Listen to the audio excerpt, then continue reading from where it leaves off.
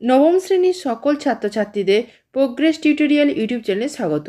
আজকের ভিডিওতে আলোচনা করব নবম শ্রেণীর ইতিহাসের প্রথম পর্যায়ক্রমিক মূল্যায়নের নম্বর বিভাজন বিষয় নিয়ে। আগের ভিডিওতে তোমাদের নবম শ্রেণীর ইতিহাসের প্রথম, দ্বিতীয় এবং তৃতীয় পর্যায়ক্রমিক মূল্যায়নের সিলেবাস আলোচনা করেছি। ভিডিওটি চ্যানেলে আছে, তোমরা একটু দেখে নিও। প্রোগ্রেস টিউটোরিয়াল এমন একটি চ্যানেল যেখানে নবম দশম শ্রেণীর প্রথম, দ্বিতীয় ও তৃতীয় পর্যায়ক্রমিক মূল্যায়নে কোশ্চেন প্যাটার্ন অনুসারে বিভিন্ন ধরনের প্রশ্নোত্তর আলোচনা করা হয়ে থাকে। এই ধরনের ভিডিওগুলি পেতে চ্যানেলটি অবশ্যই সাবস্ক্রাইব করে রেখো এবং বেল আইকন প্রেস করে অল নোটিফিকেশন অন করে রেখো। এছাড়া ভিডিওটিকে লাইক, কমেন্ট, শেয়ার করো। নবম শ্রেণীর প্রথম পর্যায়ক্রমিক মূল্যায়নটি এবার কিন্তু আর তোমাদের অষ্টম শ্রেণীর মতো 15 নম্বরের হবে না। নবম শ্রেণী এবার প্রথম পর্যায়ক্রমিক মূল্যায়ন হবে মোট 40 নম্বরের। তোমরা অষ্টম শ্রেণীতে পড়েছ ভারতের আধুনিক ইতিহাস, কিন্তু এবারে আর ভারতের ইতিহাস না, এবার আমরা জানতে চলেছি ইউরোপের ইতিহাস সম্পর্কে। পুরো নতুন একটি বিষয়, নতুন একটি দিক, তাই নতুন করে ভালোভাবে সুন্দর করে বুঝে আমাদের পুরোটা পড়তে হবে। তবে প্রথম পর্যায়ক্রমিক মূল্যায়নে শুধুমাত্র 2টি অধ্যায় আছে। বিষয়টা অনেক সহজ হবে তোমাদের জন্য। এবারের পরীক্ষাটা যেহেতু 40 নম্বরে হবে, তাই প্রশ্নপত্রটা একটু আলাদা হবে। তাই আগে আমরা জেনে নিই প্রশ্নের নাম্বার বিভাজন কী রকম হবে প্রথম পর্যায়ক্রমিক মূল্যায়নে। এই ছকটির বাঁ দিকে রোয়েতে লেখা আছে তোমাদের অধ্যায়গুলি, প্রথম অধ্যায় এবং দ্বিতীয় অধ্যায়।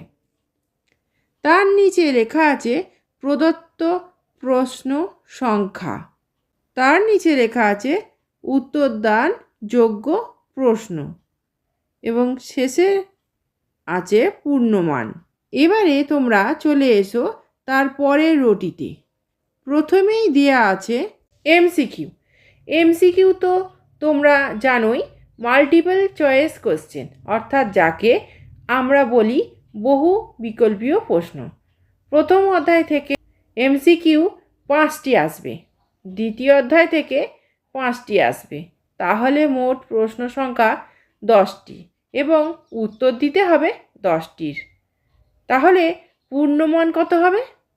10 নম্বর। এবারে চলে যাও পরের রুটিতে। দেখো লেখা আছে ভিএসএ, অর্থাৎ যাকে আমরা বলি অতি সংক্ষিপ্ত উত্তরধর্মী প্রশ্ন। এই প্রশ্নগুলির মানও এমসিকিউ এর মতো 1 নম্বর। এরকম প্রশ্ন প্রথম অধ্যায় থেকে আসবে 3টি এবং দ্বিতীয় অধ্যায় থেকে আসবে 3টি।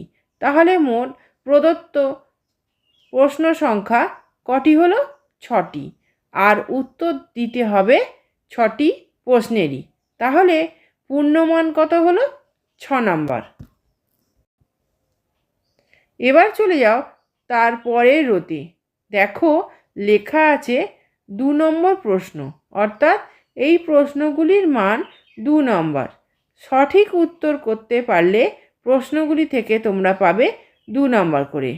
এরকম প্রশ্ন তোমাদের প্রথম অধ্যায় থেকে 2টি আসবে এবং দ্বিতীয় অধ্যায় থেকে 3টি আসবে।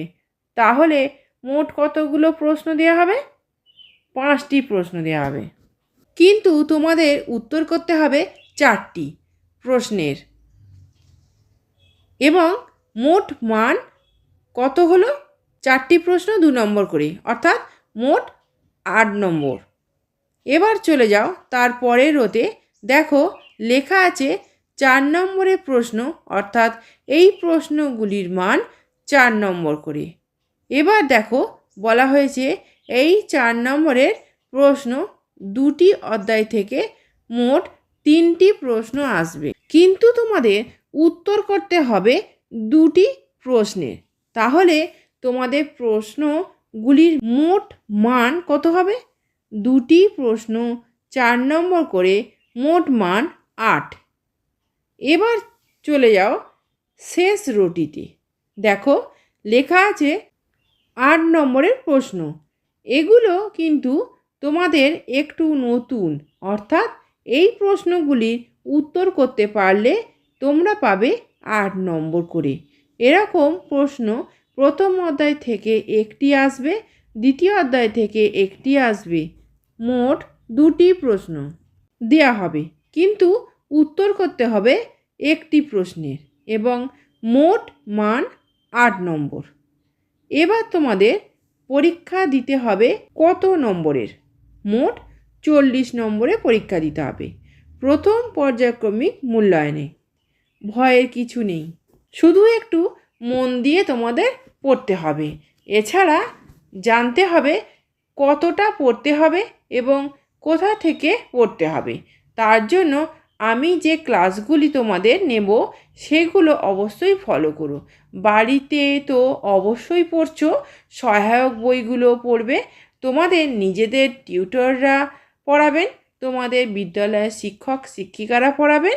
এছাড়া আমি তোমাদের জন্য অনেক ক্লাস নিয়ে আসছি, ইতিহাস, ভূগোল এবং বাংলা, সেগুলো তোমরা ফলো করো। এই ভিডিওটি যদি ভালো লেগে থাকে তাহলে অবশ্যই লাইক, কমেন্ট, শেয়ার করো এবং চ্যানেলটিকে অবশ্যই সাবস্ক্রাইব করো। এছাড়া প্রজ্ঞেশ টিউটোরিয়াল ফেসবুক পেজটি লাইক ও ফলো করে রেখো। তোমাদের এই ছোট্ট একটা পদক্ষেপ আমাকে এগিয়ে যেতে আরও সাহায্য করবে। আজকে এই পর্যন্ত, আবার পরের দিন আমাদের দেখা হবে নতুন কোনো ভিডিও নিয়ে, নতুন কোনো বিষয় নিয়ে। ধন্যবাদ।